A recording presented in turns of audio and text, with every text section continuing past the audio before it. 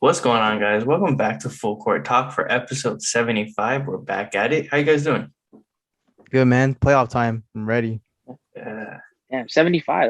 That's what's up, man. 75th yeah, anniversary of just the like the NBA. yeah, Hey, exactly. yeah. Perfect. Talking about the Yep. playoffs. Yes, sir. So before we get to the playoffs and also award predictions, how do you guys think about Vogel and how he's let go? Man, I remember we had this discussion not too long ago, and Myles was correct in not blaming the coach because Vogel was a good coach, but it just had to happen. It's very unfortunate. I think they handled it very wrong though. With the way the reports came out, as we all know, they couldn't even let him enjoy the win. But I'm thankful for 17. Um, and it just sucks because obviously the roster wasn't constructed by him majority of the decisions, but he was dealt a bad hand, and that's how it is in Tinseltown, bro. Like if you can't produce and perform the way that you're supposed to, changes are quick. And so I'm confident that he'll find a job sooner than later. um but it was just a shame. I know I talked a lot of smack about Vogel, and at times his rotations were very confusing, but I like what other Laker fans said about how like he's not making players do this, he's not making players do that when they make these decisions. So it's just unfortunate. He was dealt a bad hand, and I would have very much liked to see him with a healthy roster, but I mean that's how it is. So thank you, Frank, for 17, but it was just time. Yeah, I want to retweet the thank you for 17. We wouldn't have got it without him. Uh, Such a crazy year, obviously. Kobe, COVID, the bubble. And yeah, I'm honestly just happy for him because he deserves better. Like you can't ask a guy who's shown you what he can do with like when you provide him with the correct tools. You can't give a plumber like a hammer and say, "Hey, fix this toilet with this." Like what? No, you can't do that. In terms of it getting leaked, I know it's a bad look on Lakers for sure. I don't blame them too much just because I mean we could have predicted that. I'm sure Vogel had a pretty good idea. It's just a matter of asking him post game, in the final game of the season. And also Woj is just doing his job. Like, yeah, it was a little sloppy, could have been better, but I don't blame him too much. But yeah, just I have a strong feeling he'll get picked up on some staff as an assistant. He's just too good and too smart, and honestly, just a nice guy from what I've heard. Like I know him. Yeah. So good luck to him. Hopefully, we can poach Nick Nurse from the Raptors. We'll see. Anyone but Doc Rivers, please. Facts. Anyone but Doc Rivers, bro. I don't want him. Yeah, it was really unfortunate the way they kind of like let the information leak. I mean, to be fair, like Wash could have been just guessing, like, oh, he's gonna get axed anyways, might as well tweet it. You never know, like, what goes through these like people's heads. At the same time, like, I want to be interested, like, to know like how much of the front office tells him like who to play and who not to play in terms of minutes, because like CJ said, like some of those rotations were confusing at times. The three guards, Russ, it was not a good look, but it sucks because I know how good of a coach he can be. He took some of those Pacer teams to places that they shouldn't have ever gone to. Facts. So it sucks because I know that he's a good coach, and I hope you guys find a better coach than Doc Rivers. Uh, it's I hope so unfortunate too. Quinn Snyder doesn't want to go anymore. But I Yeah. mean, to be fair, like I don't know how good of a coach he would be because he's never had like a superstar, and he hasn't handled Donovan Mitchell and Gobert the right way. So I don't know if that would have been a good choice for him. Doc Rivers, man, he's dealt with a ton of Stop. superstars. Stop. I'm actually not giving up on Quinn Snyder because who knows, the Jazz could get embarrassed by the Mavs without Luca, and then They that would. will. You think so? No, I don't know. I was like, oh, dude, Hey, man. you gassing me up, I bro. would have put it past them. Yeah. You guys are forgetting one more important person, bro. Mike With Brown. all due respect. Oh, With all due respect, like knock out the park. I just want to see that. Just like an interview between them two. And Oh, LeBron asked, like, what did you mean by that? what did you mean by that? Hey, Drewski, bro. What do you mean by that? Yeah. That'd be comedy. That Oh, would man. be the greatest intro for Mark Jackson back Oh, into yeah. coaching. Yeah. They like play that video for him walking into the meeting. In a loop. And it's like, we tricked you, you're fired. And just go from there. Yeah, I don't know how I feel about him, man. But yeah, Nick Nurse, please. I bet you if the Raptors like get bounced in the first round, like in an embarrassing fashion, they might move on from him. But I don't know. He's been like, I mean, there's no reason the Raptors should be the 5th seed in the playoffs. Let's be honest. That team is not Agreed. like they don't have the star power to get there. But Agreed. I mean, here they are, and they can compete with the Philadelphia 76ers. We'll get into that later. But Yeah. unfortunately, Vogel was let go after a championship in 2020. But I think he'll get another job. If Mike Brown gets poached, I bet you Vogel goes to the Warriors. Let's go with that. But how do you guys feel about the T-Wolves celebrating? Because I know a lot of people were like clowning them. I don't know if you guys saw what JJ Redick said, but I thought what he said was perfect. Yeah, I saw. Yeah, he's real for saying all that. As a player who didn't win a title, he said he celebrated beating the Spurs in 2015 because it was a big deal. I don't mind it, and I actually do like it because there's this bad thing in like society where it's uncool to care about stuff and celebrate stuff. My only thing that I didn't like was Pat Bev crying. That was a bit much. And then the IG live after that in the locker room, Towns saying "bad boys," like relax, bro. Like you didn't even show up for that last half of the quarter. So, I mean, like, Was it like 0 for 14? it was so bad. I mean, like, good on them for winning. I didn't think they'd win that game, but I mean, just don't cry. It's all good, you know. No, I'm gonna have to agree. The crying was a bit too much. Everything else was cool. I don't know if personally if I would have celebrated as much as Pat Bev did, but maybe he wanted to get back at them for trading him away or releasing him or whatever. So I get that part. We know that this guy is petty, so there's that. But yeah, the crying was just a bit too much. The IG live, a little bit too much. But yeah, like Karl Towns, he disappeared, bro. Like he didn't deserve to talk. But you know what, Anthony Edwards though, man. Oh man, he's here. Showed out, dude. Yep. So good. Yep. But yeah, it was just there's nothing wrong with celebrating it. If anything, I would love my team to celebrate.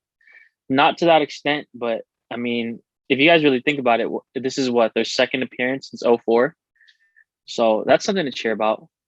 But see, the thing is, like these teams, these small market teams that we know of, they're not used to having that sort of success. So it's only right that they, no disrespect to any of these fan bases, but it's only right that they celebrate it. But when it comes to celebration, bro, like there's a high standard that I think because I mean I don't know if you guys, I mean Myles knows for sure. Spence, I know you probably know. Yeah. But when the Lakers won in 09, bro, if you haven't seen that celebration, Conference finals, bro, the conference final celebration is what every team should be looking at. Yeah. Bro, that celebration was just so badass. Like, it wasn't even a celebration. Like, they looked pissed. they like didn't want to be there, and I think they even left the trophy there. You know what I mean? I think like, you're right. Yeah. That's when I think of celebrations, like I think of that, right? But it's just you also have to look at the other side of it because, like I said, like Myles said, it's uncool to like celebrate huge events like that. You just got to be careful and pick and choose how you do it. But if you were to ask me, the Timberwolves, rightfully so, they should have, especially the Clippers. I would have done the same exact thing, bro. Yeah, who runs LA? No, I agree. I think the Timberwolves have been through a lot over the course of the organization over like the past 20 years, something like that. Cat has been through a ton over the past 2 years with COVID. Pat Bev got dropped by the Clippers, basically traded to Memphis and then dealt again to the Timberwolves. So I get why he's celebrating. I don't agree to the extent that he celebrated, but I understand it. And people saying like making fun of them like that's their championship. That might be the only playoff appearance they get this whole decade. So it's tough, and I understand it, especially like I love D'Lo, and the fact that he was able to show out in that moment where Cat kind of disappeared. I thought it was awesome. I'm happy for him. I'm happy for the Timberwolves. They might even be a tough matchup for the Grizzlies. I think that's a good young matchup between Ant and Ja. So I'm all for it. That's much more exciting than watching the Clippers get whooped in 4. So, and plus, PG struggled, right? I think he had like 30 plus, but I don't know if it was efficient or not. Because I know he started out Oh really yeah, bad. yeah. He started out struggling. And then Reggie was put in prison. So that was I know you guys love to see that. So Yeah. that's good. Facts. Before we get on to like the awards, since we're talking about the Clippers and already about the play-in, who do you guys have coming out for the West between the Clippers and the Pelicans? Bro, if you watch that game against, the Pelicans, bro, they did their thing. And I know it was the Spurs, but CJ and BI, bro, they're slowly becoming a tandem if they haven't been so already. Um, you can tell that these guys love playing with each other.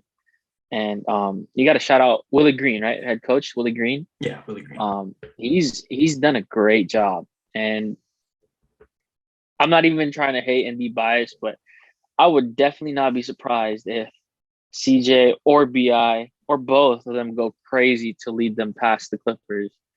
The Clippers, they have the defense to stop these guys, but just BI and CJ, the way they've been hooping right now, be tough to stop. But all in all, if I had to pick with the way that the Pelicans are streaking, I might go with them, bro. I think just CJ alone can lead them to a win, but a healthy BI and he's there. He's getting a taste of the playoffs. I think they have enough just to get over that hump and finally reach it. Yeah, this is a tough one. My brain says Clippers, my heart says Pelicans. Heart says Pelicans because I love CJ. Obviously, I love BI, former Laker, maybe Me future too, bro. Laker. I'm just kidding. I leave, bro.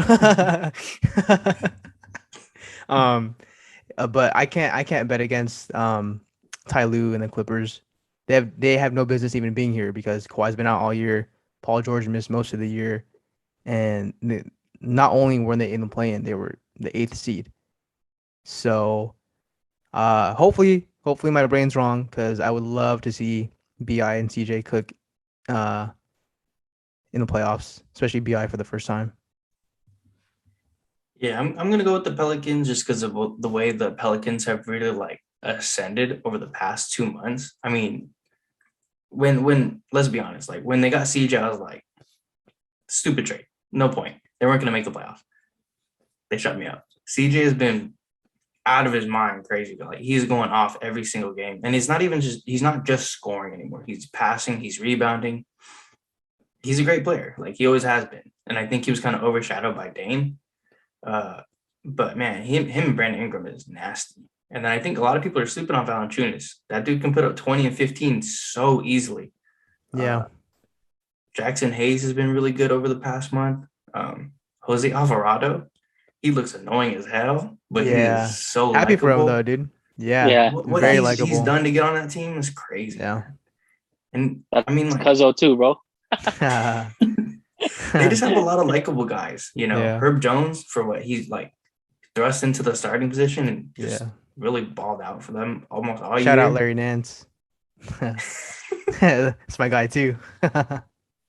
He actually had a good game, 14 minutes, 8 boards, 1 shot taken, no shots made, but that's something. Baby Lakers. Yes, sir. So I'm going to go with the Pelicans. I mean, they've been hot. I think they pose a good matchup between the Clippers because I don't think the Clippers really have the offensive pieces. But, I mean, Ty Lue's a genius, so we'll see where he goes.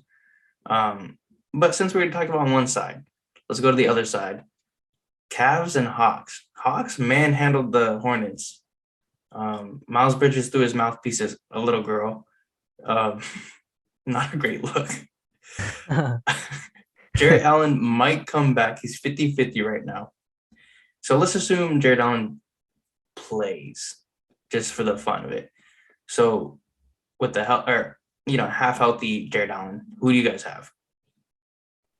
I'm taking the Hawks because Trae Young is easily the best player, and it's not close. I know John Collins is hurt, and so is Bogdanovich, but Trae can take over games at his size. The way he runs, like, I'm not saying he's Jokic, but his impact is almost just as high because the offense runs through him. And I love the Cavs too. They have so much. They have Garland, they have Mobley, they have LeVert. You said Jared Allen coming back, Kevin Love off the bench. They're deep, but I think at this point, especially in a one game situation, the talent will prevail. Yeah, I'm gonna go with the Hawks. Trae Young has shown that he loves these types of environments, bro. Pressure makes diamonds, and you know what? Trae is one of the brightest stars right now, and yeah, single elimination. I have faith that he'll show up because he did start off slow against the Hornets, but they got it together, and wow, it was a smackdown. So the Cavs are deep. I also wouldn't be surprised if they win, just because of the veteran presence that they have. Even though these teams are both young, but I mean, on the other hand, you got Rondo, you got Caleb over there to guide these guys, but Trae Young could prove to be too much. But ultimately, I'm going to go with the Hawks. And I just want to say, as a side note, I feel bad for the Hornets. When they got smacked the year before, they put that scoreboard in their locker room only to get smacked again, bro. Dude, that's so sad. It's like the opposite of being. Yeah, it's like the opposite of being, of getting that motivation. Hey, LaMelo, if you want out, you know where to go. I don't know if you guys saw the video with him smoking. And then I think someone quoted was like, bro, LeVar, this is so bad. You got to send him back to LA. Just let's go back to the Lakers already. Facts. Hey, LA ties, bro. But yeah, man, like definitely going with the Hawks just because a one-man show it could be more than enough. So Hawks for me. Yeah, unfortunately, it just looks like Darius Garland is the only one that's showing up. I mean, Evan Mobley had a good game, but the rest of the team just didn't show up. I think they've really struggled without Jared Allen, so that's a bit tough for them. Caris LeVert has not been that good for them. I think it's just too many mouths to feed on this offense, and I think he just short end of the stick. And honestly, other than scoring, Caris LeVert doesn't offer a ton. So it's been an awkward fit. And I think with him getting injured, it's just been a little tough for them. So I got to agree. I'm going with the Hawks. They've been in the hot team. Even though Trae Young struggled, they still whooped them. DeAndre Hunter finally played well. So that's a good thing to see for the Hawks. Yeah, I mean, I'm going to go with the Hawks. I mean, they've been the hot team. I think it's kind of like that's the interesting thing about the play-in. The hot team will usually win just because it's a one-game thing. And with the Cavs kind of being kind of injured at the moment, Jared Allen is a huge part of their defense. I think it's going to be tough. And if he's not 100% ready to go, Trae Young is going to manhandle them, I think. So we'll see what happens with that. I'm excited. Playing games have been super exciting other than the Hawks and the Hornets. Every other game has been really good. Yeah. But getting into the awards, we'll start with MVP because that's probably the most exciting award here. So obviously it's between Jokic, Joel, and I guess Giannis. I mean, Giannis has had a fantastic season, but who do you guys think is going to win the award?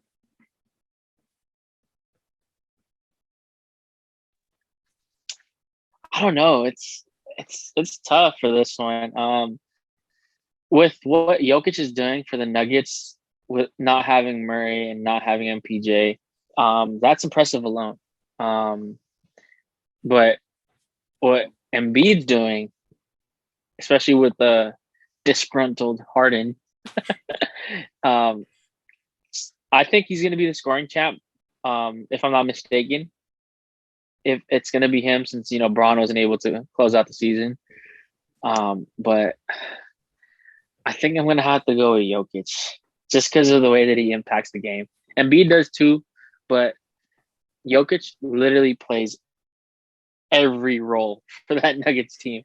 And if you switch to two, this is the way that I feel like you could really gauge it. If you switch to two, can Embiid lead these Nuggets to as high as Jokic has? And knock on wood, doing it healthy too. I think he has missed some games, but the fact that he plays all 5 positions, he plays for as long as he has, and to lead this team into the playoffs without 2 key guys is just.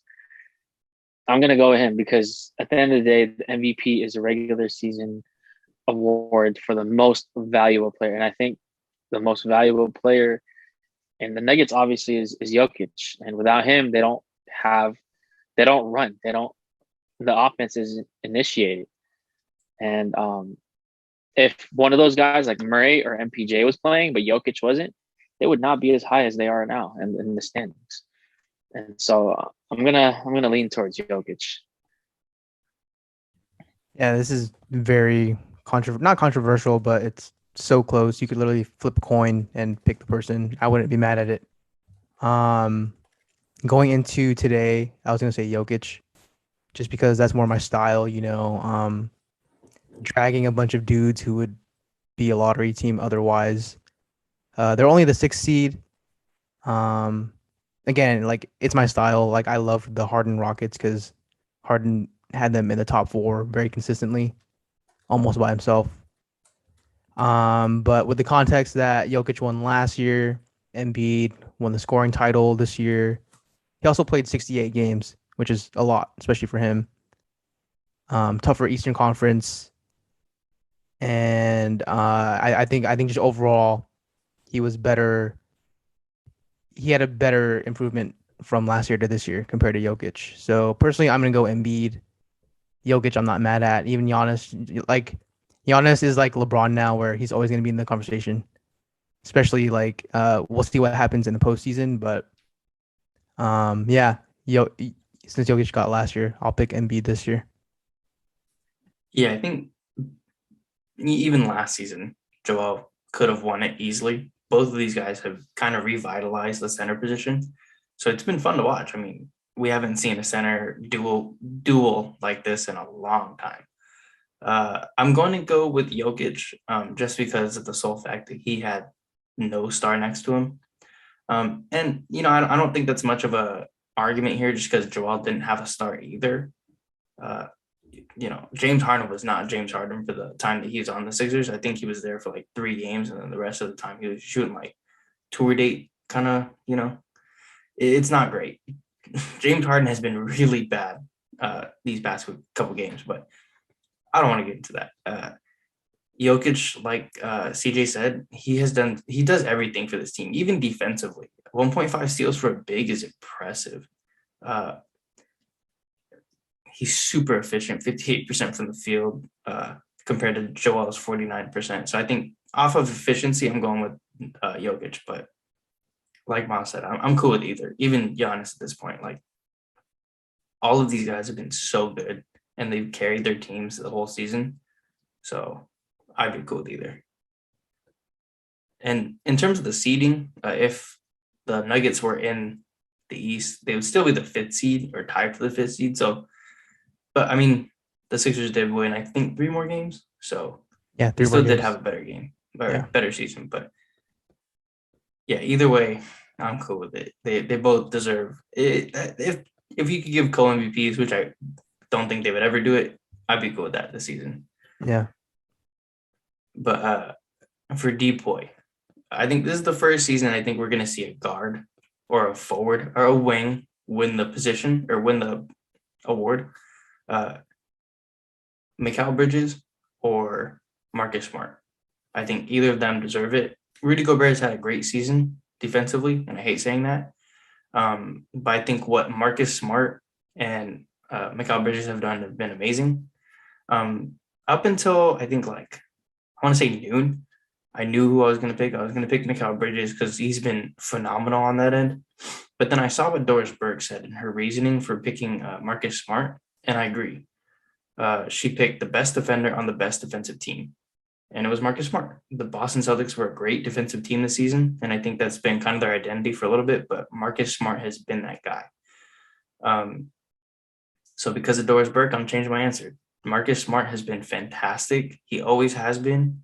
And I think he held his opponents to 45% from the field. And when you take into account that he's guarding the best player on every team and sometimes guarding like KD and 7-footers, it's impressive. What he's been able to do is incredible. So I'm going Marcus Smart. Who are you guys going to go with, though?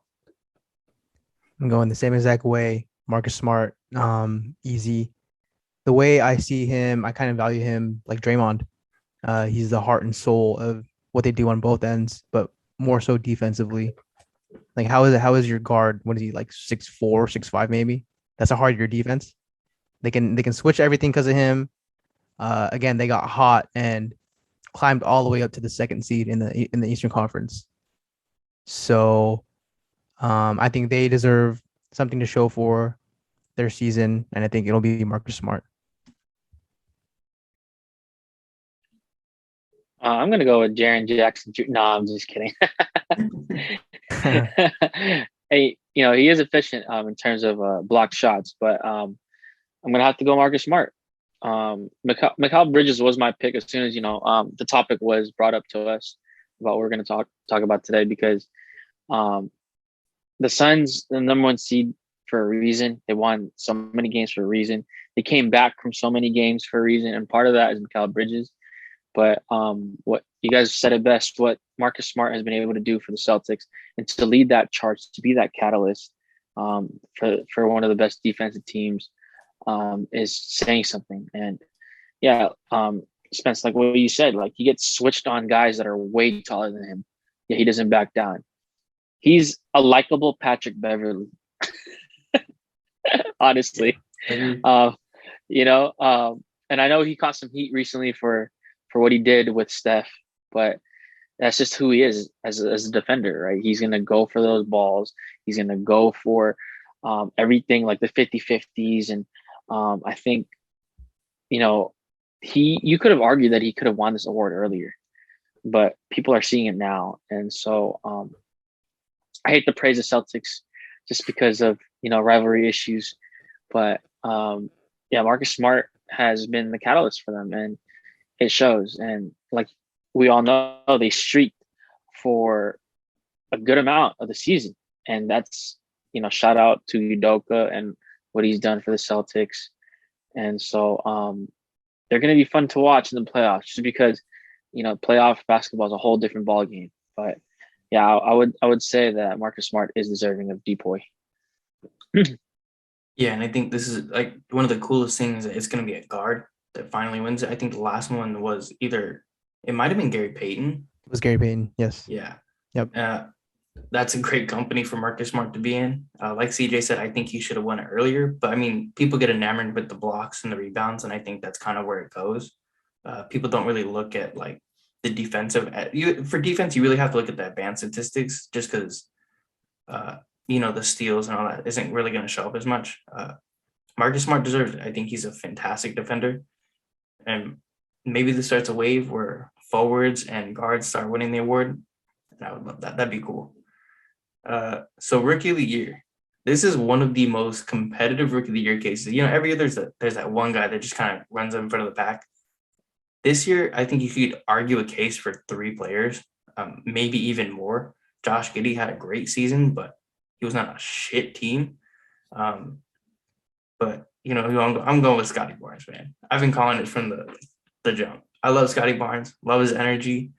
I think a lot of people didn't know he was going to be this good of a scorer. I didn't know. I just assumed he was going to be a passer and a defender, rebounder. To score 15 on 50% or 49%, 7 boards, 3 assists. And when Fred VanVleet went down, he was basically the point guard. and they were still winning games. They still beat the Sixers, who they're going to play. I'm excited. Scotty Barnes looks like a really, really good player. And I thought he was going to kind of struggle to find time with Pascal Siakam, but I think they fit nicely together. So I'm excited for that kind of duo to come back. But honestly, like I'd be cool with Cade or Mobley just because of how good they played. And like, I don't know if this is really a hot take, but this is close to like getting like best of all time kind of like draft class, like eventually maybe down the line, just because of how many good players there are. Yeah, I see that for sure. Super deep draft class. Um, I wanted to bring up Franz Wagner too because Oh he, yeah. he he had a good season too, but he was on the Magic. Uh, I had Mobley for the majority of the year, but Scotty Barnes better thank him for getting hurt and buy him dinner or something because it sucks also because it's kind of recency bias. But again, like the Raptors got hot. Barnes had a big role in that in keeping them afloat while Van Vliet was hurt, and then the home stretch with everyone there. But yeah, you like if you pick Mobley, I won't be mad. I want to put Cade in there, but Pistons were garbage. So yeah, I'm gonna go Scotty Barnes here. Can't believe I'm saying it. Jalen Green, bro. Nah, For the I'm dunk kidding. contest alone. I hope he does. I hope he wins something, but um, yeah, Evan Mobley. I'll be completely honest.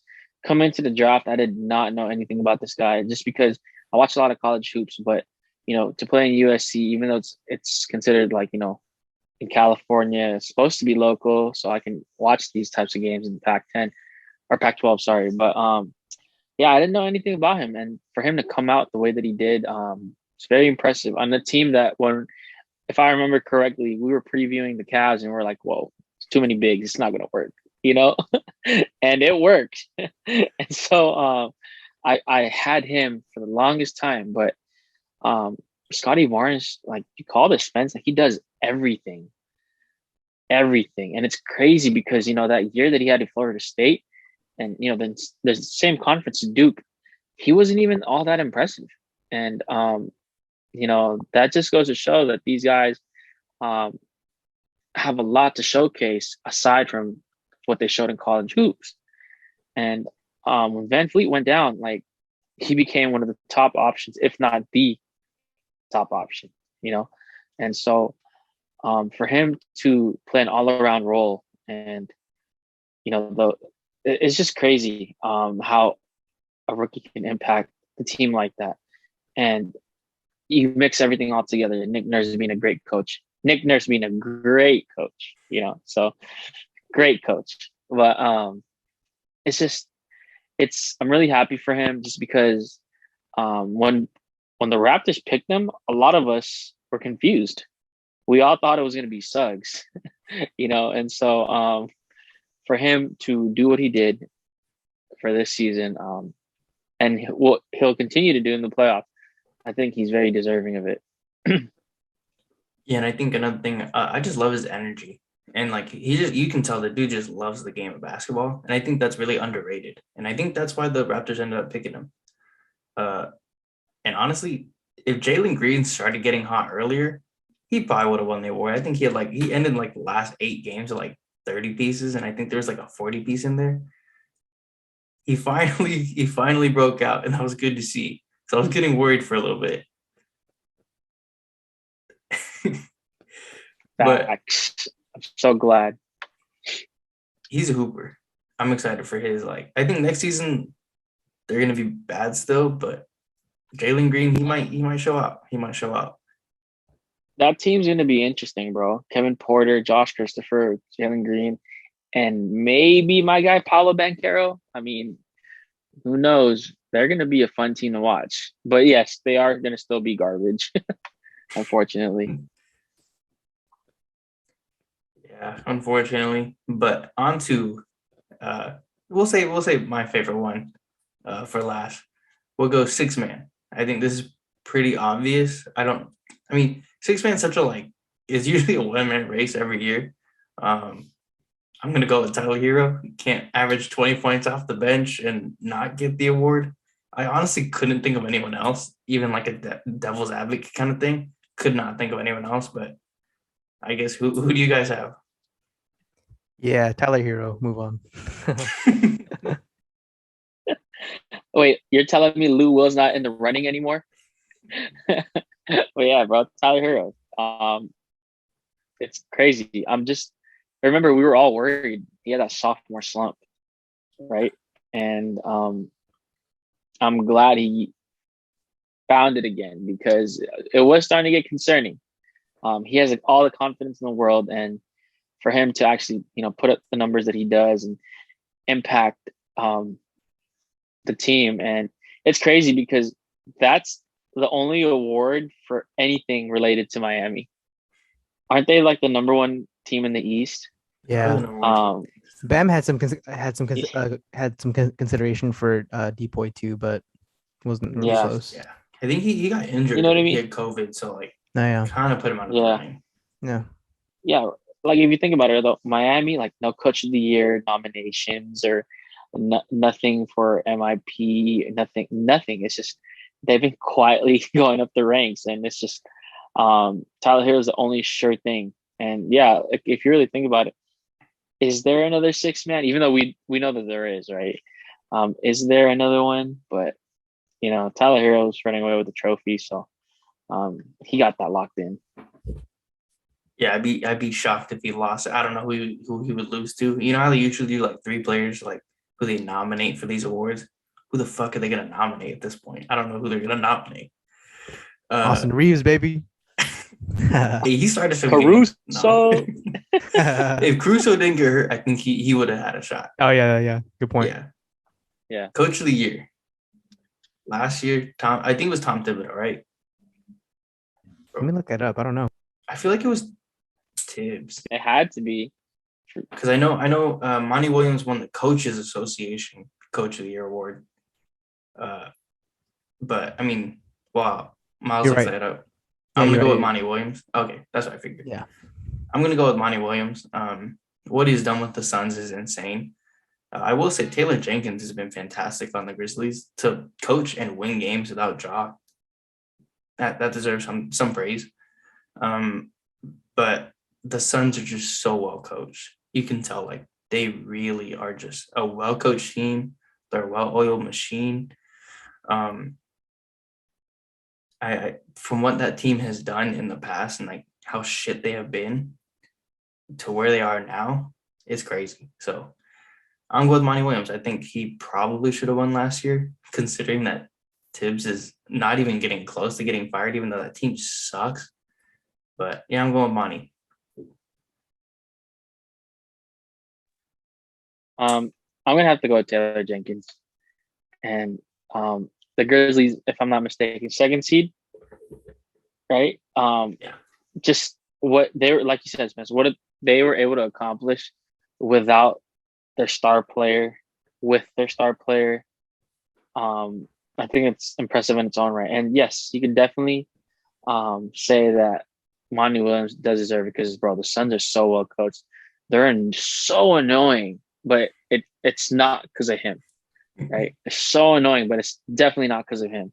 Like, this is a well-respected, religious, like, crazy, intelligent coach. And the Suns definitely, I respect him so much for that hire and what he's gone through. And you could definitely argue for him, but it's just Taylor Jenkins, like the resume that he's put up this season, with the pieces that he's had and what he's been able to do without said pieces sometimes, it's more impressive to me. So I'm going to have to go with them. I'm an intern grit and grind fan. I'm just kidding. I'm not kidding.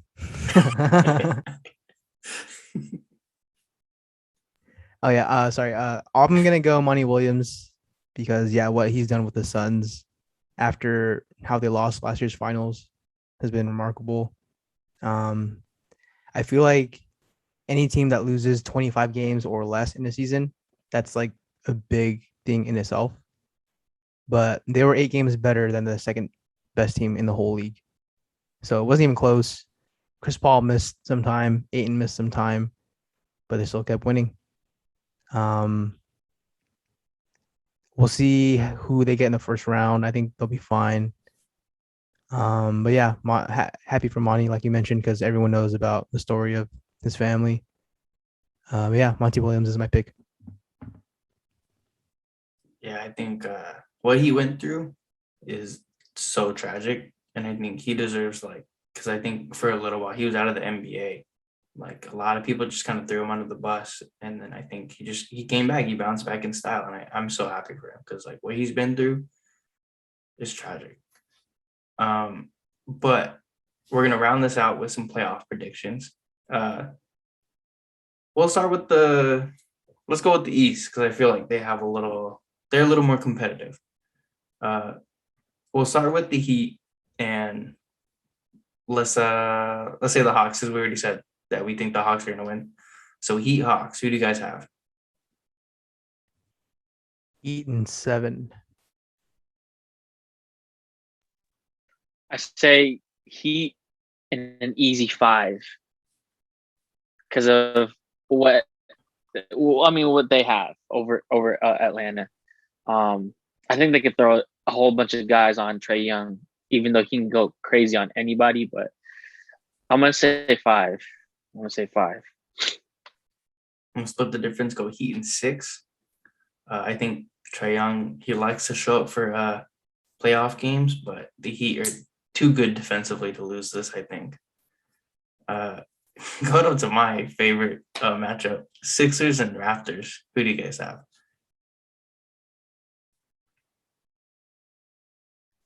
I have Sixers in 6. Even though Harden hasn't been playing up to the standards, I think he's either going to wake up or actually say, hey, I got an opportunity here. And he does have an opportunity to prove a lot of people wrong. And so Embiid is having obviously a would-be MVP season. And, Nick Nurse, I saw a stat where he's one of the only few coaches to hold Embiid scoreless. So that defensive scheme might work, but I think they might prove to be too much. So that's why I have, Sixers and 6. I'm also going Sixers and 6. I just think Embiid is going to dictate everything, and Toronto doesn't have an answer for him.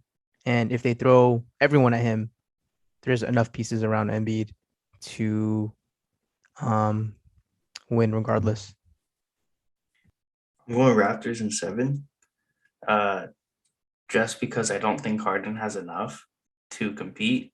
And I think the Raptors are really well coached with Nick Nurse. Obviously, you guys know, as Laker fans now. Future Laker. I really... Hashtag God, I hope not. But I really like the Raptors. I think they're super well coached. Like I said, I think offensively they have a lot of good pieces. Pascal Siakam. They won't have to deal with Matisse Thybulle, I guess. Didn't know he was not vaxxed. So that's unfortunate for the Sixers. But I'm going to go with the Raptors because I feel like they can bottle up Harden. And it kind of gets to that point where you're going to let Embiid do whatever he wants. But Tobias Harris isn't going to really hurt them. Danny Green, you guys know, flamethrower. I don't trust the rest of them. I think a duo of Tyrese Maxey and Joel Embiid isn't enough if James Harden is 4 for 13, 4 for 15. So I'm going to go with the Raptors. I just noticed we didn't even talk about most improved. I'm saving it for last. Yeah. We'll talk about it now just because I forgot about it. It's all good. Who do you guys have for most improved? I mean, I asked this question earlier, guys, so I'm going to have a co-award. I'm going to have Ja Morant and Jordan Poole. So I was telling Spencer and Myles earlier, Ja has to win something. Can't get MVP. Can't get Depoy. So it has to be this award. But you could also make the case for Jordan Poole because Jordan Poole has been going absolutely crazy. We talked about how, he was in G League last season. And, it's crazy because I remember correctly, like, minutes were being given to Nico, whatever. And Jordan Poole was out there showing out in the G League, like, bro, like, why aren't you giving this guy a shot? And the Warrior legend Wanamaker was getting minutes over this guy. So, and for him to get minutes behind Wanamaker, to averaging as much as he has and putting himself in the conversation to being the quote unquote third splash brother for this season, it's enough for me. And co-awards don't happen a lot. I mean, we talked about how the last award was in 96. And so I think if there was a time to bring it back, it'd be now, because these two guys, just, it's hard to pick from one of them. And the only thing that I could say that gives Poole an advantage is the fact that even when he was injured, Ja Morant was injured, the Grizzlies still did well. And even though the award is an individual award, that's the only thing I could say, because it's close. It's close to me. So co-awards if possible. It is a two-man race for me as well, except it's two different names. I do want to give Jordan Poole love because we know his story, G League, great fill-in for Steph. But roles mean a lot to me. Yeah, he's obviously at his best when he's in Steph's spot, not playing alongside Steph. So that's my caveat. My two guys are both first-time All-Stars. I have DeJounte Murray and Darius Garland. I'm picking Garland because they finished higher in a tougher conference. And like there was some point where people wondered, oh, is this Garland's team? Is it Sexton's team? Like Garland put that to sleep really fast. And just the way how young he is, how he runs that team, they play the right way. So I'm gonna go Garland. Yeah, I mean, both of those are great picks. I'm going with Jordan Poole. I'm biased as hell. I think the Brad Wanamaker thing reminds me of AC Law when Steph was getting minutes behind him. So it's like a good villain kind of thing for Jordan Poole. I mean, in the past 12 games without Steph, it's like 25-5. He's been a great fill-in, like Myles said. But I think the idea of having Steph, Poole, and Clay all on the floor at the same time, it's not KD, like not reminiscent of that, but it could be like an offense like that where you can't double Steph, can't triple Steph anymore. You really got to pick your poison. And I'm excited. As long as Poole, Clay, Steph, Dre stay healthy, I think it's going to be a lot of fun to watch. And shameless plug, read my story to find out more. But getting back to the playoffs, Bucks and Bulls should be a really easy choice here.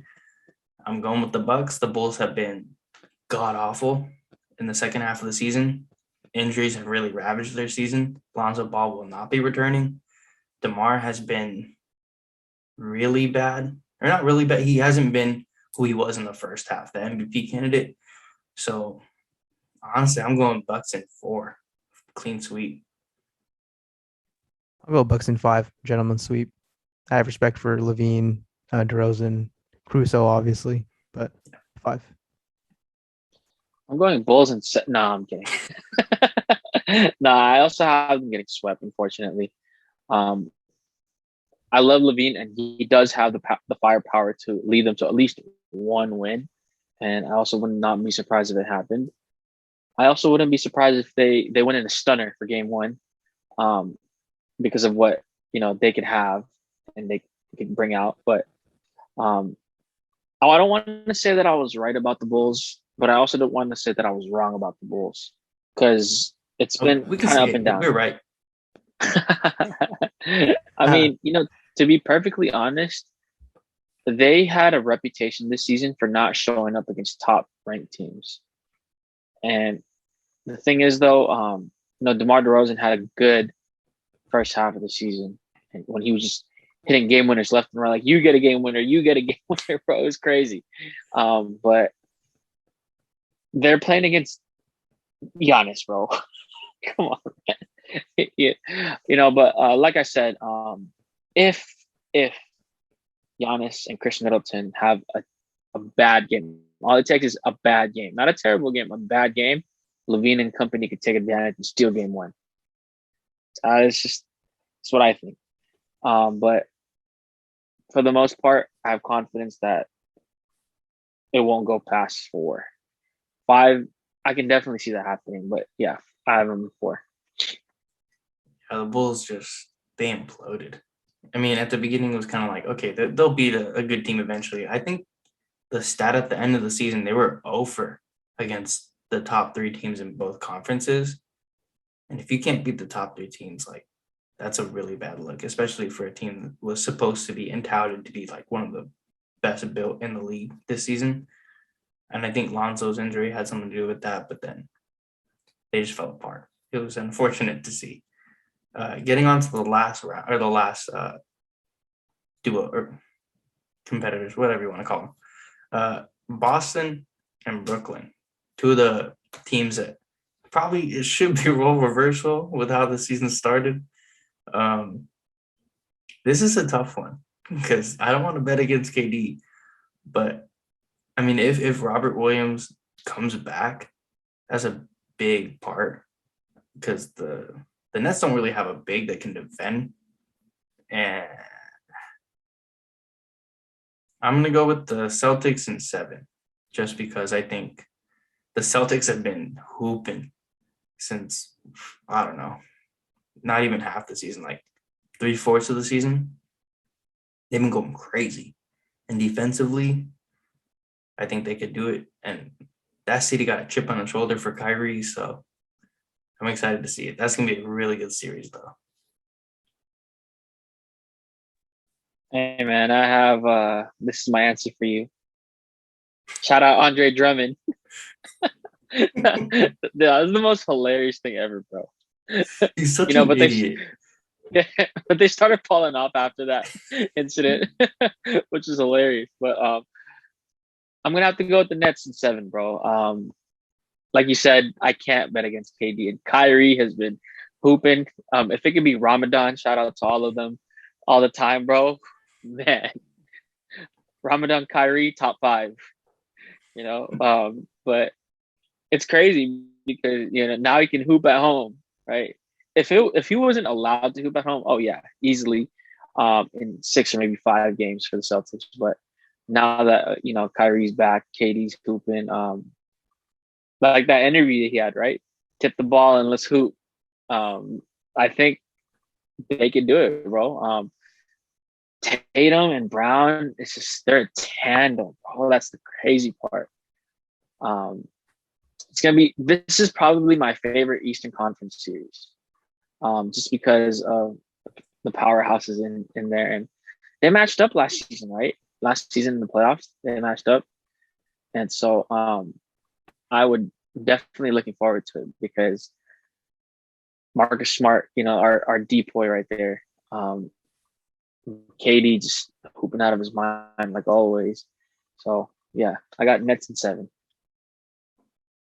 Yeah, man, I'm gonna go Nets in 7. Also, Kyrie has been hot. I know he's really motivated. Also against his former team, Boston. Watching them play, especially offensively, it looks so easy. Like if you see how many layups and dunks Drummond and Claxton get, it's insane. Especially with Robert Williams, they're not being healthy. And you're right, CJ. I didn't want to bring up that this was the first round matchup last year. Nets were like the 1st or 2nd seed, and then the Celtics had to fight through the play-in. So I'm sure that's fresh in both of their minds. But dude, Brooklyn is, especially when Kyrie and KD are on at the same time, you can't guard them. Better offense always beats better defense no matter what.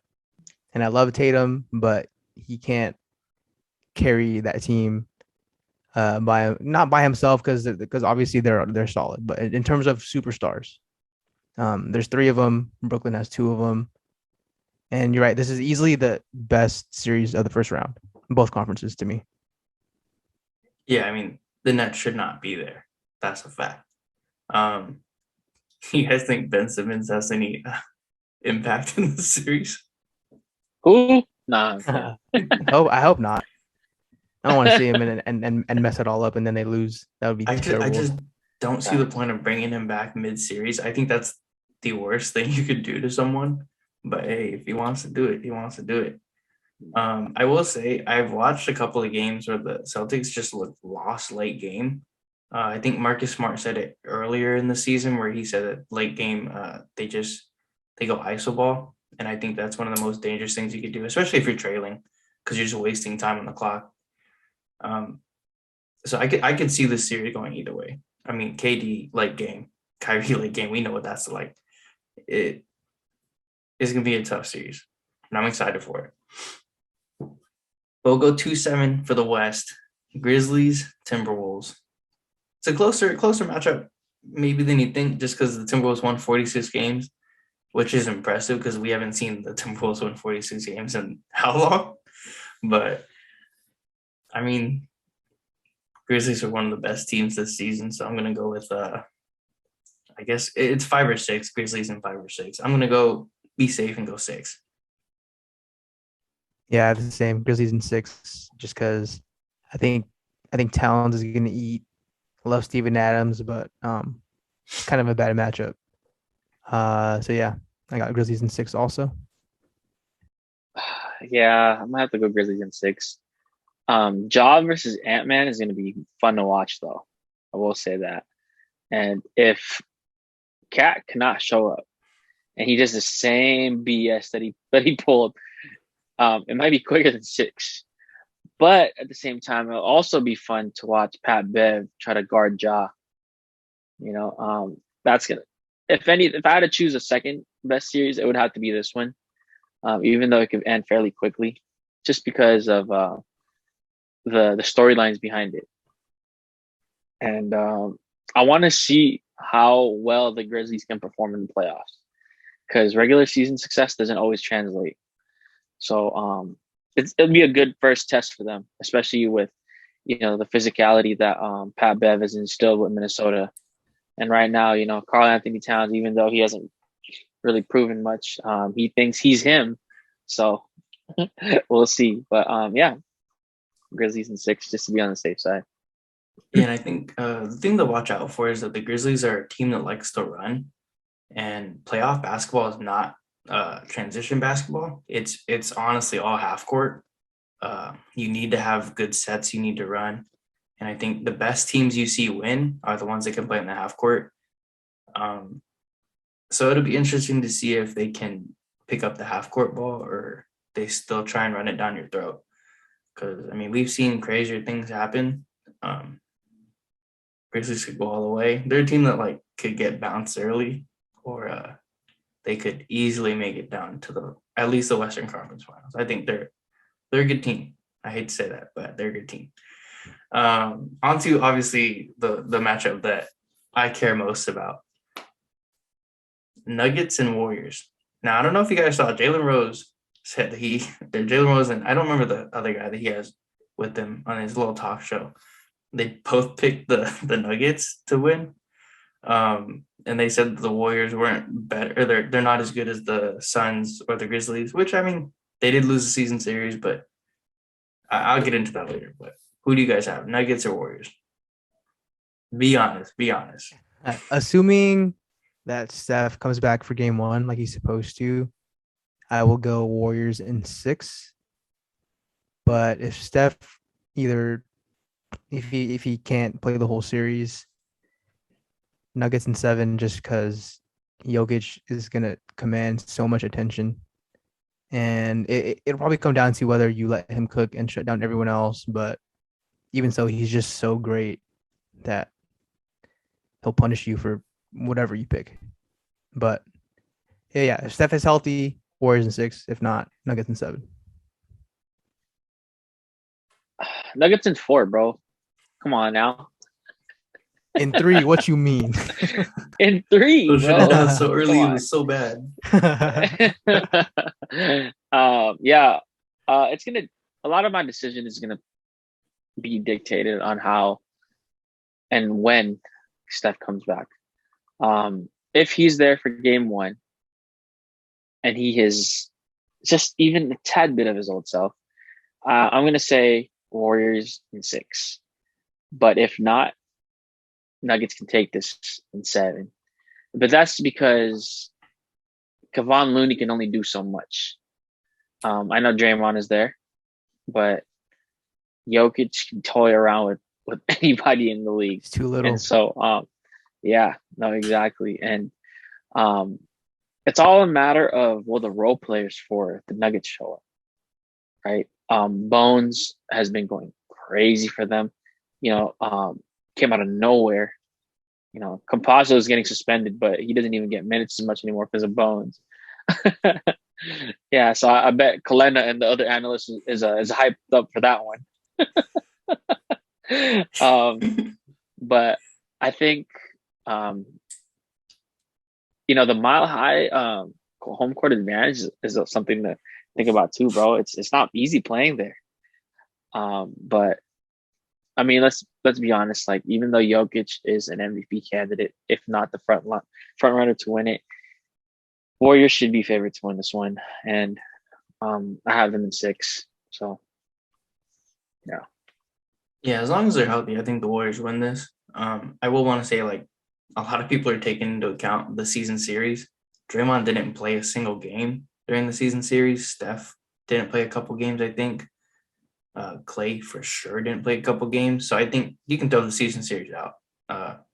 Kevon Looney did play really well against Jokic on one of the games, I believe. I mean, it's still Jokic. Jokic is going to get 20 and like 15 and 15, whatever he's going to do. I think it does come down to the role players. The Warriors do have a deeper bench, but the Nuggets are a scary team. I did not want to play the Nuggets, especially in the first round. I wanted to play Utah. Utah would have been fun. That would have been clean sweep, but we'll go with the Nuggets. It's going to be fine. I think Warriors can win in 6 as long as Steph is healthy. Without Steph, I think they could lose in 5 if Steph is out the whole series for whatever reason, which, knock on wood, I don't think is going to happen because he said he's feeling pretty good. So I'm going to go with the optimistic 6. So we got Dallas and Utah. I think this would have been a clean sweep had Jokic not gotten hurt. But with Jokic out for, I think it's indefinitely, and he was in a walking boot, and a hamstring is super serious. So are they going to risk it? I mean, he's already out. He's presumed to be out game 1. I don't know. I still think Utah fucks it up somehow. I mean, Utah's been so bad. They've been dropping 20-point leads like left and right, it feels like. I mean, I guess I'll go with Utah in 7, even without Jokic, just because, or not Jokic, Doncic. Utah's still gonna fuck it up, but they'll get into if Doncic is really that hurt, they'll squeak into the second round and get swept by the Suns. To be honest, let me just say this. Donovan Mitchell, if you love blowing leads and you want to look good doing it, you know where to go, bro. The Knicks. But yeah, you know what? I think Quinn Snyder is still a good coach. It's just a shame of how Utah has been losing these games when they're up by so much. And I think it gets to these players because it's happened so much. And you could tell the frustrations coming out of Donovan Mitchell. And, there was an interview not too long ago about him and Rudy Gobert's relationship. And Gobert was the one being interviewed. And he said, like, we all have the same goal, right? And that's usually what you say when you try to avoid personal issues between you and another person. We all have the same goal, and that's to win, right? Okay, yeah. But if Luka was healthy, they should be going to church and praying right now, man, because they dodged one. If Luka is healthy, this is over in 4, maybe 5, and that's being nice. But since he's not healthy, um, I think they take full advantage, and they end up winning in 5, unless Luka comes back in game 2. But like you said, Spence, there's reports of Dallas holding them out for 2 games, and I think even though it's the playoffs, that's the smarter decision because this is looking for your future. You're not trying to risk it all on a playoff run right now, right? You don't want to badly damage Luka. So if he doesn't come back in game 2, this unfortunately might be over in 5. Yeah, I'm pretty close in my analysis here. I'll take Jazz in 6. I'm gonna assume that they shut down Luka at least for this series if they win or lose. Yeah, like hamstring or calf strain. I don't know which it is. I know it's one of the two. Those are not injuries to play with. Obviously, KD tore his Achilles from a calf strain that he played through. Luka's so young. He's a future face of the league, if not a current face. It's just not worth because even if he does come back, they're not a title contender anyway. Yeah, so I'm just gonna assume they're gonna shut him down and Jazz in 6. Yeah, I mean, I did see a tweet that says if even if the Jazz are up 3-0 and Doncic comes back, they could just 4-0 sweep him from there. I could easily see that because the Jazz I don't think have so, been. dude. Ain't no way. I would like to see that. Oh Let's yeah, just for say sure. that. For the memes, for the explosion on Twitter, I'd love that too. But I mean, I don't know if you guys saw. You guys have probably seen Donovan Mitchell's 2 passes a game to Gobert. That's how many he averages to Gobert. Not even assists, but 2 passes a game. So there's disconnect between the duo. I think Donovan Mitchell, if he doesn't ask out this season, he's asking out next season. There's no way they last another season together, in my opinion. yeah, I agree. Going to the Suns.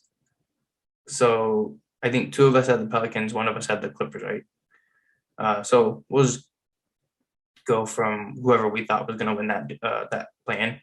I think either way, it's Suns in 4. Not going to lie. Suns are too good, too strong to lose to either of these teams. I think if it was the Clippers, Ty Lue might draw something up. I think he could easily steal a game or 2. But for the most part, Suns advance either way.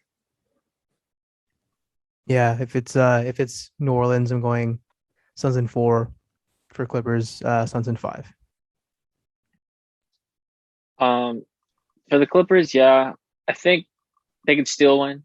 So that I would have Suns in 5, but love Bi, love CJ, but they would get swept. I'm sorry, they don't have enough to keep up. But I think the Clippers, Ty Lue is a great coach, and like you guys said, he might be able to draw something up. But this is probably going ahead, but I do have the Suns going into the finals, so I don't see them losing to anybody in the West. The Warriors, but yeah. I was waiting for it. Who? I'm kidding. I don't know. We'll see. I'm excited. The playoffs actually look really interesting this year. Even though the Warriors are going to win it all, like it's just going to be fun. Fuck out of here, bro. Why are you laughing, huh? Bro, Warriors are going to sweep everyone. I can't even say that. I don't want to say that. Yeah. Bro, Knock you on don't wood even right now. believe that. I don't believe that. Unless Steph is back to MVP mode, we're not sweeping anyone. Unless it's the Suns. I think we could sweep the Suns, but that's another topic. But that's going to do it for us. That's our 75th episode. We talked about a lot today. So thank you guys for coming back. Always fun. Glad to be back, man. Yeah, man. Thank you. Yeah. Yep. We'll be back next week, I think, as long as everything goes well. But check out our links down below in the description. Please like, comment, and subscribe. But that's going to do it for us. So we'll catch you guys in the next one. Peace.